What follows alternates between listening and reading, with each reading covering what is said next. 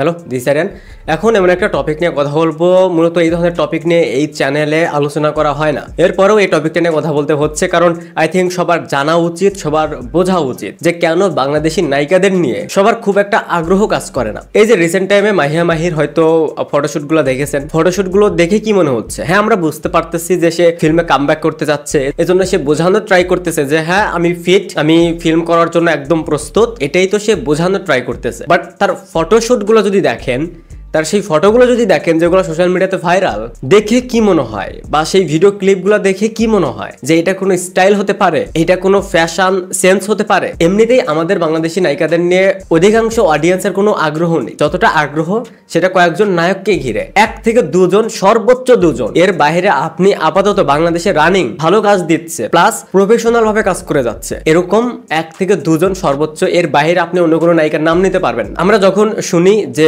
বিশেষ করে আমি যদি পার্সোনালি বলি, আমার বাংলাদেশি আপাতত কোন নায়িকা কি পছন্দ হয় না। কোন নায়িকা বাংলাদেশি, কোন নায়িকা কোন সিনেমাতে কাজ করতেছে, এটা নিয়ে খুব একটা বায়াসড না, এটা নিয়ে খুব একটা চিন্তিত না। যদি বাহির থেকে কোনো একটা নায়িকা নিয়ে কাজ করা হয়, আমি সেটা নিয়ে এক্সাইটেড হই। এটার রিজন হচ্ছে, প্রথমত যদি আপনারাই দেখেন যে এদের পার্সোনালিটি, এদের ফ্যাশন সেন্স, এদের যে পরিমাণ স্ক্যান্ডাল, বিশেষ করে নেতাদের সাথে, এটা অবশ্যই তাদের পার্সোনাল ম্যাটার। বাট সেই পার্সোনাল ইস্যু যখন সবাই জানতে পারে, সবার সামনে আসে, তখন তাকে আর শুধু ফিল্মের নায়িকা বলা যায় না। মাহিয়া মাহির রিসেন্ট যে ফটোশুট বা যে ভিডিও ক্লিপগুলো আমরা সোশ্যাল মিডিয়াতে দেখতে পাচ্ছি, সেগুলো দেখেই মনে হচ্ছে যে এরা যেভাবে কামব্যাক করতে চায়, যেভাবে আলোচনায় থাকতে চায়, সেইভাবে আসলে অডিয়েন্স একসেপ্ট করতে চায় না। মাহিয়া মাহির যদি প্রথম দিকের কাজগুলো দেখেন, সেই কাজগুলো মোটামুটি বেশ ভালো, বা তার ভিতরে একটা সেই সম্ভাবনাটাও ছিল। বাট তাকে ঘিরে যতগুলো ইস্যু, তাকে ঘিরে যতগুলো স্ক্যান্ডাল আমরা দেখি বা শুনি, সেইগুলা দেখার পর, জানার পর আপনি তো সেভাবেই সিলেক্ট করবেন। আপনার সামনে এমন একজন দাঁড়িয়ে যার পার্সোনালিটি ভালো, যাকে দেখতে ভালো লাগে,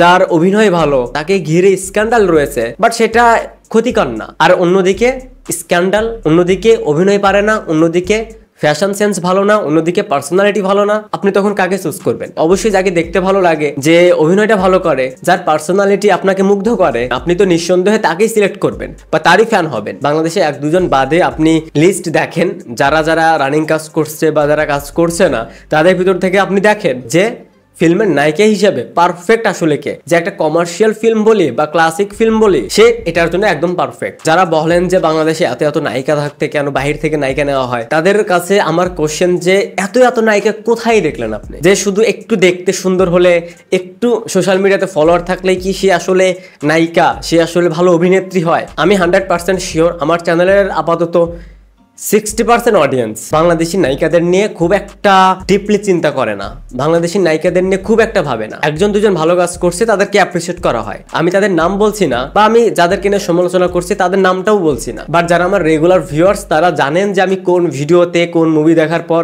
কাকে কখন প্রশংসা করেছি বা অ্যাপ্রিসিয়েট করেছি। একজন নায়কের যেমন পার্সোনালিটি থাকতে হয়, তাকে যেমন বুঝতে হয় যে আমি সোশ্যাল মিডিয়াতে কোনটা করলে সেটা নিয়ে আলোচনা হবে, আর কোনটা করলে সেটা নিয়ে সমালোচনা হবে, কোনটা আমার জন্য ক্ষতিকর, কোনটা আমার জন্য ভালো। এটা কি শুধু নায়কের ক্ষেত্রেই? একজন নায়কের ইমেজ এইটা যতটা না ক্ষতি করে, তার থেকে বেশি ক্ষতি করে একজন নায়িকার ক্ষেত্রে। যখন তাকে ঘিরে সোশ্যাল মিডিয়াতে অনেক সমালোচনা হবে, হ্যাঁ তাকে নিয়ে আলোচনাটা হচ্ছে, যে তাকে নিয়ে সমালোচনা হলেও আলোচনা তো হচ্ছে, তার ফেসবুকে হয়তো মিলিয়ন মিলিয়ন ফলোয়ার্স। যদি একজন নায়িকা হিসেবে আমরা তাদেরকে যেভাবে দেখতে চাই, যেরকম পার্সোনালিটি তারা সোশ্যাল মিডিয়াতে শো করবে, সেটার 20% আমরা দেখতে পাই না তাদের মাঝে। দেখেন, আপনার পার্সোনাল লাইফ আপনার পার্সোনাল লাইফ, ওইটা নিয়ে কারো মাথায় ব্যথা নেই। বাট যখন আপনি মিডিয়াতে কাজ করছেন, সো তখন আপনাকে মিডিয়াতে সেই পার্সোনালিটি বজায় রেখেই কাজ করতে হবে। আদারওয়াইজ আপনাকে নিয়ে 1000টা স্ক্যান্ডাল হচ্ছে, আপনাকে নিয়ে 1000টা সমালোচনা হচ্ছে, এটা করে শুধুমাত্র সোশ্যাল মিডিয়াতেই কিছুদিন অ্যাক্টিভ থাকা যাবে। এখন মাহিয়া মাহি কেন হচ্ছে? তার কিছু ফটোশুটের কারণে।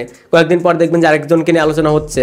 এটা আলোচনা না, এটা সমালোচনা। তারা কিন্তু হাইপে থাকে, তাদের নিয়ে কিন্তু আলোচনা হয়, কিন্তু সেটা তাদের সিনেমা নিয়ে নয়, তাদের বিভিন্ন ইস্যু নিয়ে। যেমন একটা নাম নিতেই হয়, অপবিশ্বাস। উনি সিনেমা করুক আর না করুক, সিনেমা বাজে হোক ভালো হোক, যেটাই হোক না কেন, তাকে নিয়ে অলওয়েজ সোশ্যাল মিডিয়াতে আলোচনা দেখবে। সেই আলোচনাটা তার ফিল্ম নিয়ে হচ্ছে না, হচ্ছে তার পার্সোনাল লাইফ নিয়ে। তাদের পার্সোনাল লাইফ এতটাই ফিল্মি যে সেইগুলোরও রিভিউ দিতে হয়। সেগুলোরও রিয়াকশন দিতে হয়। ওভারঅল আমার এই ভিডিওটা বানানোর এটাই রিজন যে আমরা আসলে যারা ভিডিওটা দেখতেছেন আপনারা নিজেদেরকেই যদি একটু কোশ্চেন করে একটু যদি ভেবে দেখেন, আপনি নিজেই বাংলাদেশি এখন কোনো ভালো নায়িকা খুঁজে পাবেন না। যদি একটু ডিপলি ভাবতে যান সেই রকম কাউকে খুঁজে পাবেন না। যার কারণে যখন আমরা শুনি যে বাইরে থেকে কোনো নায়িকা নিয়ে কাজ হবে, মনে হয় যে না ঠিক আছে, যাই হোক নতুন কাউকে দেখতে পারবো ভাই। সো আমার ওপিনিয়ন থেকে যে কথাগুলো বললাম এটা একান্তই আমার, আপনাদের এর সাথে দ্বিমতও থাকতে পারে, সেটা অবশ্যই কমেন্টসে জানাতে পারেন। Thanks for watching.